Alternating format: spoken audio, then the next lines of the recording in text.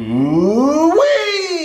Welcome back, everybody, dreamers of all ages. Chef Sawyer here, and it's a pleasure to be able to bring you guys yet another Chef Sawyer Sunday. Today I'm going to show you the absolute best way to take care of one of these bad boys, the rotisserie chicken. We all have to get these from the store just for convenience reasons, because you know, sometimes cooking takes a lot of time. So today I'm going to show everybody how to make Sawyer's world famous chicken salad. I got a great story about chicken salad. When I was in culinary school, I was getting 94s, 95s all day, every day on my dishes. I was getting great scores, but a 100 was near impossible to come by, a perfect score, because your dish had to be absolutely perfect. And the first 100 I ever received was for my chicken salad. And you know why?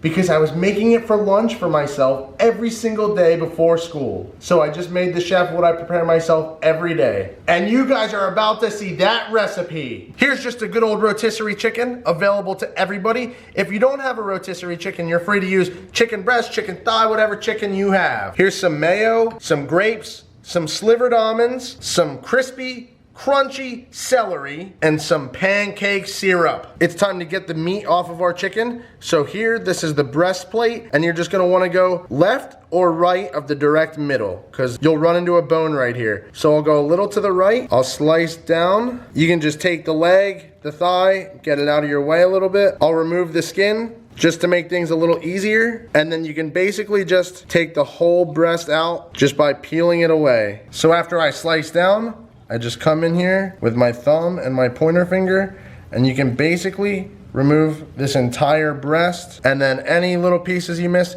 you can go back for it. That's no problem, because this is gonna get shredded for our chicken salad. Here's just a couple clumps of breast meat, and now it's time to just run a knife through it and get a loose chop on it. These bigger pieces here, I'll turn my knife sideways and cut those in half, and boom. We essentially have diced chicken breast. And now into the bowl goes our diced chicken breast.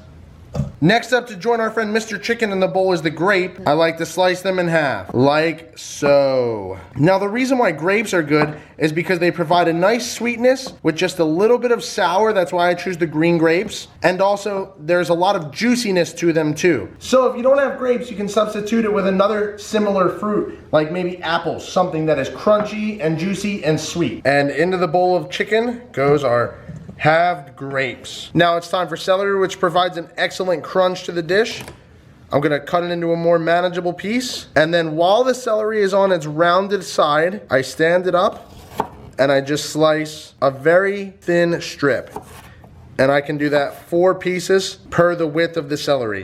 And now when I come back and just cross section cut, I have these tiny little cubes that are coming from a stick of celery that is very long and very thin.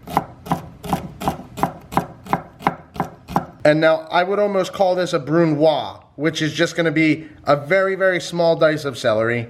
And it's gonna join our chicken and our grape in the bowl. And now that we've done all the chopping we need to do, we're gonna add to that a little bit of mayonnaise, a little bit of slivered almonds. You could substitute any nut you like, walnuts, pecans, they're all good. A little bit of salt, a little bit of black pepper, and just a little drizzle of some pancake syrup or some maple syrup to give it a bit of sweetness. And now gently stir that up and fold it as to not try to break the grapes. That looks like an appropriate amount of mayonnaise, that it's not too creamy, but it's just coated enough. Just taste it a little bit to check for seasoning. Mine just needs a little bit more seasoning, salt and pepper. I'll give it a little bit more almonds and a little bit more syrup because I wasn't able to taste much sweetness. After you've adjusted, mix it up one more time and taste it and make sure it's what you like. Now that my chicken salad is seasoned well and tasting great, here's some of my favorite seed and nut bread.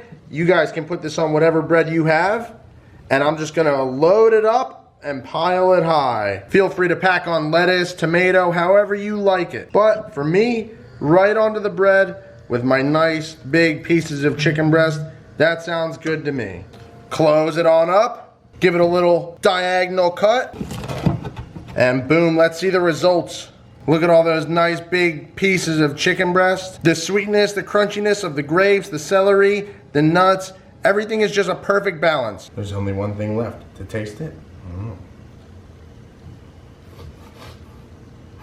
Now that's satisfying on every level, all across the board. Crispy, crunchy, juicy, sweet, chickeny. How can you beat that? And best of all, it's pretty cheap. You throw it together in 10 to 15 minutes, minimal effort. Well, thanks for everybody for taking time out of your extremely busy schedules to sit here and listen to me ramble about nothing. I appreciate that. I hope you enjoyed it. I hope you make today's recipe. I hope you love it. And I hope you say, wow, I can't wait to see Chef Sawyer again next week. But for now, Chef Sawyer out of here.